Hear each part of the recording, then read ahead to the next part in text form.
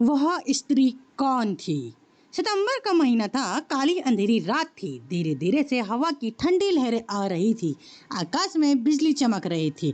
महिमचंद चाचा अपने घर से दूर ही अपने खटपे की खाट में सोए हुए थे। उनका खेत गांव के तालाब के पास था। बारिश के कारण पूरा तालाब भर गया था और खेत में घास भी ज्यादा हो गई थी। उसके कारण अंधेरे में सबसे ज्यादा डरावना लग रहा था। उस तालाब के किनारे आम के 6-7 बड़े बड़े पेड़ थे। आम के पेड़ की डालियों की आवाज भी काफी डरावनी लगती थी।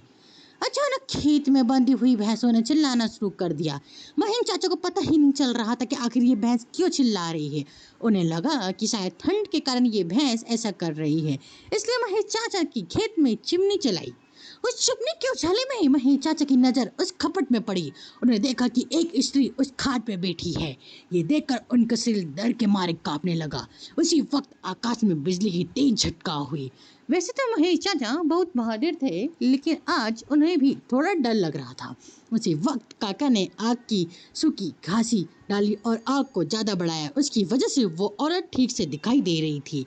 महिमचंद चाचा ने तापने के साथ बैठे बैठे ही बूम लगाई, कौन है? पर सामने ही कोई प्रतिक्रिया नहीं आई, इसलिए काका अचंभित रह गए। उनके समझ में कुछ नहीं आया। काका खड़े हो गए। इसलिए महेश चंद्र काका ने सोचा कि अब डरने से कुछ नहीं होगा, मुझे हिम्मत से काम लेना पड़ेगा, क्योंकि जो डर गया वो समझो मर गया। चाचा ने एक बड़ी लकड़ी हाथ पे ले ली और बोले, कौन हो तुम क्या लगता है कि मैं तुमसे डर गया हूँ? लेकिन सच तो यह है कि चाचा अंदर से पूरी तरह से डर के मारे कांपने लगे थे।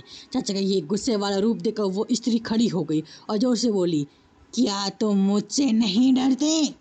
चाचा ने हिम्मत की और बोले, यहाँ से चले जाओ, वरना ये लाठी से मार मार के तेरा सिर फोड़ दूंगा। इतना बोलते ही महिचंद चाचा ने लाठी उठाई।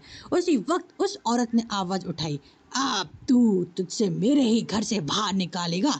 यहाँ तो मेरा बचपन गुजरा है, यही मेरा घर है, या मैं यहाँ सालों से रह रही हूँ। ये सुनकर चाचा को डर और गुस्सा दोनों ही शांत हो गए। उन्हें लग रहा था कि मेरे सामने जो औरत खड़ी है उसे मैं जानता हूँ, उसकी आवाज़ भी जानी पहचानी लग रही थी। चाचा सोचने लगे, आखिर ये औरत है कौन? अगर मैं इस औरत को जानता हूँ तो आखिर ये इतने भयानक और विकराल रूप में क्यों है? अचानक, अरे ये तो ज्योति है, मेरी बड़ी बहन। बचपन से मैं और ज्योति साथ में ही खेत में चार काटने आते थे। अब महेश चंद्र की पूरी बात समझ में आई। ये ज्योति के बचपन की बात है। जब ज्योति 14 साल की थी तब इस खेत में गांव के कुछ बच्चों के साथ खेल रही थी। दूसरे बच्चों की तरह ज्योति भी पेड़ पर चढ़कर एक डाल से दूसरे डाल पर छलांग लगा रही थी। अचानक ज्योति जिस डाल पर बैठी थी वह डाल टूट गई और ज्योति मुंह के बल नीचे गिर गई। ये देखकर सारे बच्चे डर के मारे चिल्लाने लगे। बच्चों के चिल्लाने की आवाज सुनकर बड़े बड़े लोग वहां पहुंचे और ज्योति को उठा के हॉस्पिटल ले गए, लेकिन तब तक काफी देर हो गई और ज्योति की मौत हो गई थी। वहीं चंद चाचा की ये सारी बातें याद आ गई और वे सीधे ज्योति के पास जाके रोने लगे। जब तक ये बात गांव वालों को पता चली तो सारे गांव वाले चौंक उठे। वास्तव में वो ज्योति ही थी। गांव के एक बड़े बुजुर्ग ने कहा, जब ज्योति की मौत हुई तब वे एक बच्ची थी, इसलिए उसके बालक समझ के उसे दफनाया गया था, लेकिन वास्तव में उसका अंतिम संस्कार करने की जरूरत थी, इसलिए ज्योति की आत्मा आज तक भटक रही है। माहीचंद चाचा ने तुरंत ही ज्योति को कहा दफनाया गया, वहां उसे निकाला। किसी भी हिम्मत नहीं हो रही थी कोई उसके पास जा सके। उसी वक्त ज्योति की आत्मा ने गांव वालों के सामने आके कहा कि हाँ, आपकी बात सही है, मैं मर चुकी हूँ। आप लोगों को मुझसे डरने की ज़रूरत नहीं। मैं अभी भी इस गांव की बेटी हूँ, लेकिन आज दिन तक भटक रही हूँ। मुझे मुक्ति दीजिए, मुझे मुक्ति दीजिए। बाद में महिचंद चाचा ने ज्योति के शव को अग्नि संस्कार किया, उसकी आत्मा को शांति दिलाई।